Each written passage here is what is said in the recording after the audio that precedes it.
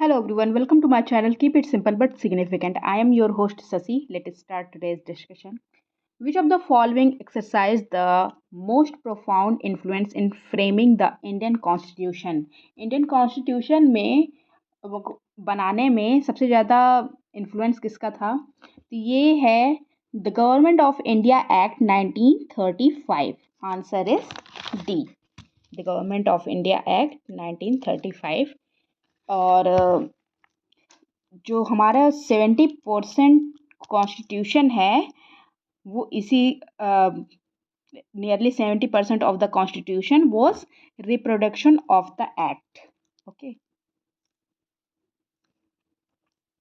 The CAMPA act और compensatory for forestation fund act was enacted in which year?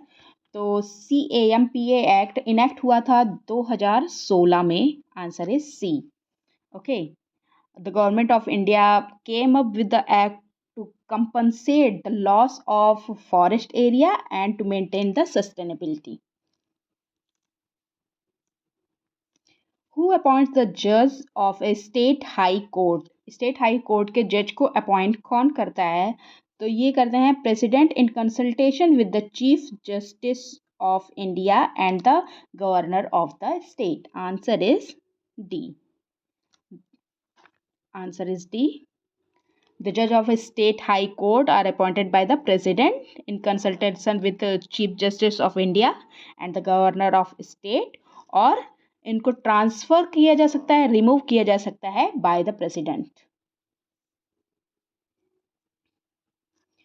Which amendment is related to goods and service tax? कौन सा amendment related है goods and service tax से?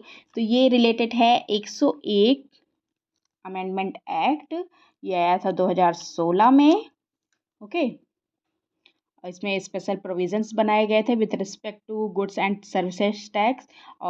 According the parliament and the state legislature have power to make laws with respect to goods and services tax imposed by the union or by the state. Which of the following articles promote the idea of equal justice and to provide free legal aid to the poor? तो idea of equal justice and free aid, legal aid to the poor किस article में दिया गया है? तो ये है article 39A. Okay. और ये directive principles of state policy के अंतर्गत आता है, DPSP के अंतर्गत. ओके. राज्य के नीति निर्देशक सिद्धांत. Okay. It comes under the category of socialist principle. Which of the following writs is issued to prevent a lower court from exceeding its jurisdiction? कौन सा रिट है जो प्रिवेंट करता है लोअर कोर्ट को अपना जुरिस्डिक्शन को प्रोसीड करने से? तो ये रिट है प्रोहिबिशन. इसको कहा जाता है, इसका मतलब होता है टू फॉरबिड. किसी चीज़ के लिए आपको निषेध करना, आप नहीं कर सकते हैं.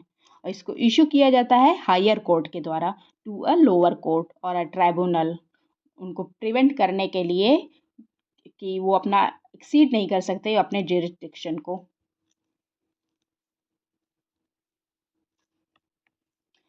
The directive principle of state policy have been given precedence over fundamental rights in which of the following constitution amendment?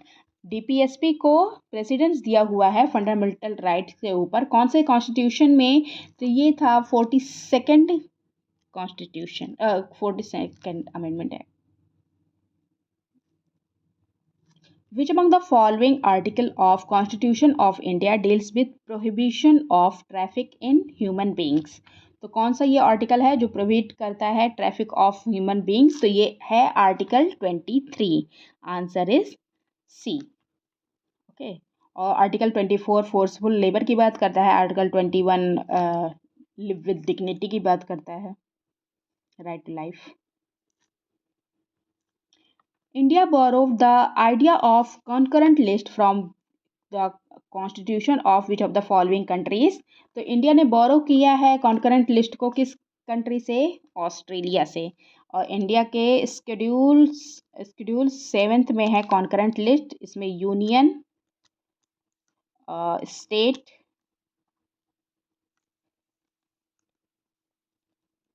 Union state and concurrent list आती है।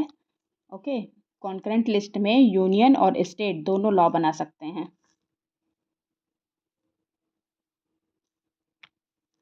What is the correct chronological order of creation of Assam, Nagaland, Goa and Mizoram? तो correct order है इसका, answer है C, Assam, Nagaland, Mizoram and Goa. Assam कब बना था?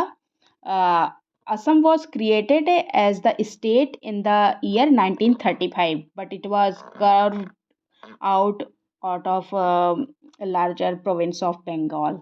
Okay, सबसे पहले असम बना 1935 में, भी बन गया था जब ब्रिटिश थे तभी। फिर नागालैंड कब बना है? 1963 में ये बना है नागालैंड, और ये क्रिएट किया गया था किस स्टेट से निकाला गया? इसको असम से निकाला गया, और ये बन गया था नागालैंड 16वें स्टेट बन गया था। जब नागालैंड को बनाया गया तो ये 16वां स्टेट था इंडिया का। फिर उसके बाद मिजोरम कब आया? 1987 को आया मिजोरम। ओके, और ये पहले एक यूनियन टेरिटरी था और असम का पार्ट था। फिर गोवा कब हुआ? ये भी 1987 को हुआ, लेकिन मिजोरम के बाद हुआ। ओके, ये 20 फरवरी को था मिजोरम, और ये 30 मई को था। ओके, पहले ये जो गोवा है, Goa was created as a state on 30 May 1987, और ये पहले part as a union territory था और पार्ट था स्टेट ऑफ बंगाल, बॉम्बे का। That's all for today. If you like my video, please do like, comment, share and subscribe. Thank you.